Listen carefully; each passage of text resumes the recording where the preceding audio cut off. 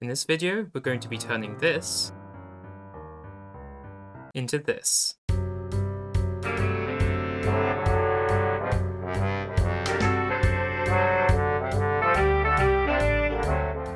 I want to make this battle theme jazzy. Now, let's not focus on the why or the ethics of this, let's just focus on the how. So, saxophones are pretty jazzy, right? So why don't we just, copy this, then remove this piano, and just add a saxophone, as tenor, why not? 2 tenor saxophones, and then just paste this in, and, there we go. A lot of these notes are red. In fact, like, half the piece is red, and red notes means that it's out of the saxophone's pitch range, right? So it can't actually play them. Well, that's okay. That's a bit of a skill issue on your part, to be honest. But anyway, also, you'll notice that, for example, here, one saxophone is playing multiple notes at the same time. Now, last time I checked, a saxophone can only use one of your holes at a given time to make a sound, but again, let's just ignore that, right? Like, it's not really an important detail. Okay, let's have a listen.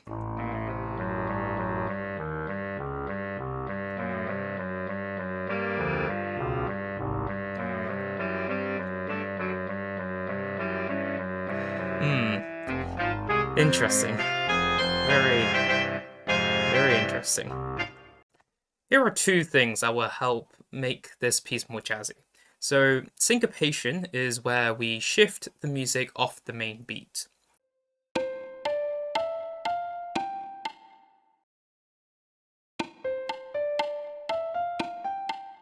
Secondly, we can also have spicier chords, I like to say. Really just chords which are less traditional, a bit more unexpected. Before I start converting things, why am I doing this? Well, this is for my indie game, Taylor. And in Taylor, dialogue is going to be a big thing.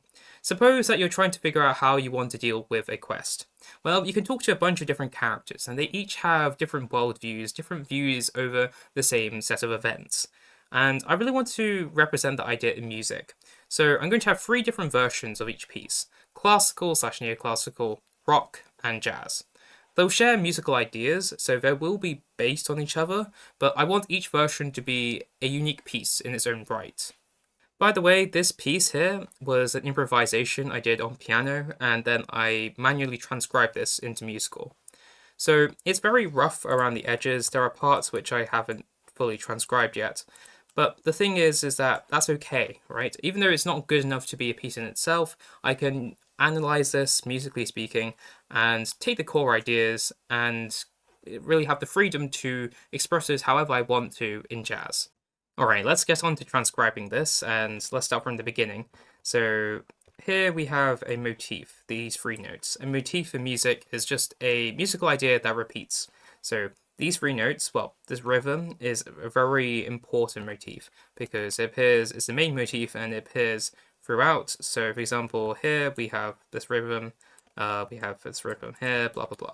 Just play it for you. So da da da da da da, those 3 notes, okay? And there we go. So what other ideas are here? Well, we're in G minor, it's very kind of low and rumbly. We have some chromaticism here. And so although we're in G minor, that really kind of, this chromaticism here really unstabilizes it. So we're in a set key, but, well, some funky chords later, and we're already in F minor.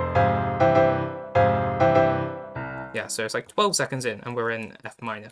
We've changed keys. So basically what we need to convey now is, in this jazz music, is this kind of tension through this instability of key, and also this motif here. Yeah. Now, to make this jazzy, we really don't need to change instruments. There's a lot of great piano jazz, for example, so, we can stick with the piano. And I'm really bad with composing for brass instruments and saxophones, so of course, let's just make this a big band arrangement. So, yeah, I kind of transcribed the whole thing already. It's as if I made this in preparation for the video, right? How crazy. Anyway, so a very big arrangement. How did I actually learn how to do this? Well, I watched some videos which were very useful. I'll link them in the description. Very, very useful videos. And that basically taught me all I needed to know. this was very long. It took like 8 hours. I don't know. I really lost track of time, but it took a long time. But it works. Well, let's just go back to the original piece, and we were talking about this motif here, right? We're talking about the da da da or da da da, right? That motif, and we needed to keep that. As I said, it was very important. So here we just have it, but swung. Now, of course, there's a lot going on here. Of course, if I had just stuck to a piano like I should have, then I wouldn't have this issue, but, well, here we are. So, a very important part of the big band way of doing things is to have a rhythm section. So, ignore the guitar, I didn't actually touch it at all, but these three instruments, the piano, the bass, and the drums. So, basically, if you remember, we need syncopation in jazz music to give this kind of more free-flowing sense. It's really the core thing about jazz music, right? But if everything is syncopated, if all 15 or whatever instruments of this are syncopated, then there's nothing to actually keep the beat, right? It all feels a bit too loose. By having something which keeps the beat, you feel the syncopation more. A big problem that you're going to run into when you have these big band arrangements and you have all of these instruments is texturing, right? Or timbre. So you need to somehow balance all of these instruments. Okay, let me just give you a quick rundown. So, you have 2 alto saxes, you have 2 tenors, you have 1 baritone, you have 4 trumpets, you have 4 trombones, then you have the rhythm section. So, how do you balance all of these? First thing to note is that the trombones are, my god, so loud. So you have to turn them right down, along with the trumpets. They are really obnoxiously loud compared to the saxophones. That's probably just a thing related to Musescore, by the way. It's not, well, they are definitely much louder than the saxophones in real life, but it's a bit more balanced in real life, I think. Anyway, point is that that's a big issue, right? So you really got to turn those down, at least in Musescore. And the thing is you can have sections where the whole band plays, but I think a big issue I ran into was, well, everything kind of sounds really loud and there's no dynamic contrast. So let me show you a good example of where there is dynamic contrast. So this bit just comes at the right at the end of the F minor theme, and we're kind of converting it back into G minor. If you look back here, we do go back to G minor through this, so...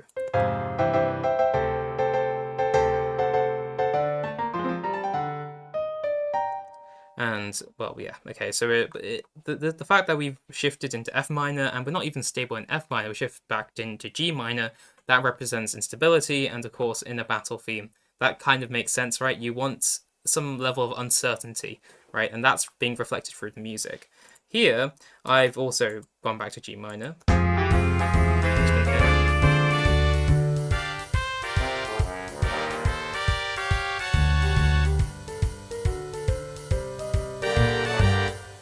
Okay, let's have another listen, but kind of analyzing the timbre a bit more deeply. So first of all, we have the saxes, right? So, well, I say the saxes, of course, there's the rhythm section. Rhythm section is pretty much always going to be playing to give that sense of rhythm, right? It's meant to make sure that all the syncopation that you hear really does have an effect. It gives you something to contrast with. So we have the saxophones, the 2 saxophones here, so fairly light. And then we have the trumpets. As I said, the trumpets are very loud, almost obnoxiously loud, and very in your face and very bright. And if you like, we're kind of taking turns. We're going diagonally, right? We're starting with the saxophones, then we're moving to the trumpets, and then finally it's the trumpets again, but the trombones get a bit of an interjection here. And so we're keeping it very light, right, with the trumpets. It's almost a bit too light, right? It's very, well, very light, okay? It's very airy. And then we just have the rhythm section. So, as I said, the rhythm section is always going to be playing, so just having a rhythm section is kind of like the lightest it will get. And it's a massive contrast. Listen to this again. So very light, that's the lightest we can get, and contrast it with when pretty much the whole band is playing. So that kind of contrast is really necessary, right? Because there's so many instruments. If you have all the instruments playing at the same time, or most of the instruments playing most of the time, then it's just going to sound really loud and it's not going to be very enjoyable because there's no dynamic contrast. So let's go a bit more in detail in how you actually transcribe a melody into jazz. So I'm going to play this melody here, and I'm going to play a bit before just to give some context.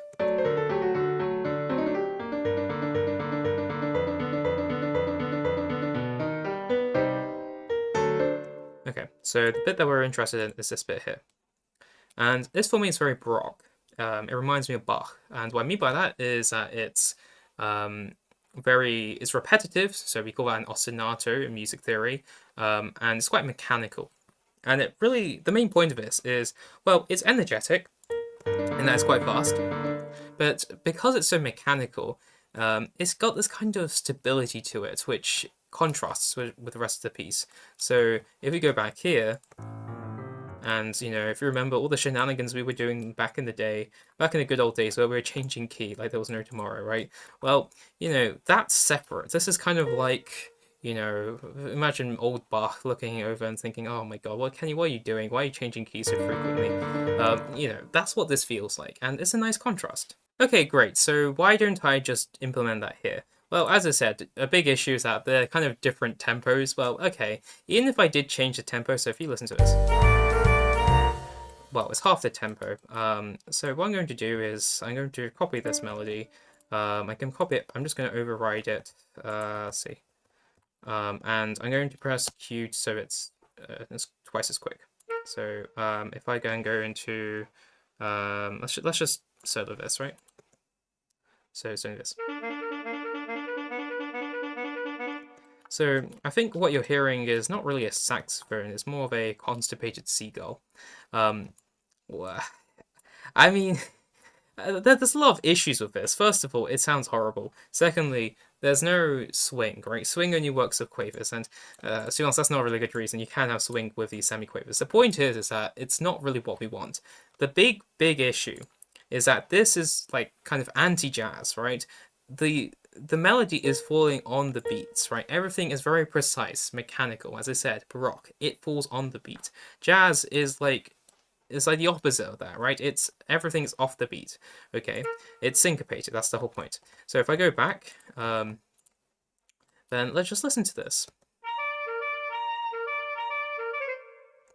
So it's a simplified version. It's a shortened version. And as I said, like I think when you're moving from one genre to another, you got to realize that some things just don't work, right? Some things just don't work. This does not work, right?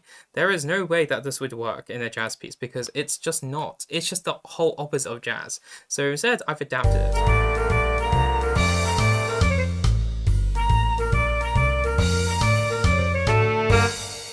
And it turns out it works well. So yeah, that's really the process. So most of it is literally just a copy and paste. So what I did was I copied and pasted it. Then I shifted it over. I left a semi-quaver, not semi-quaver, a quaver, and that break in the music gave that syncopated feel.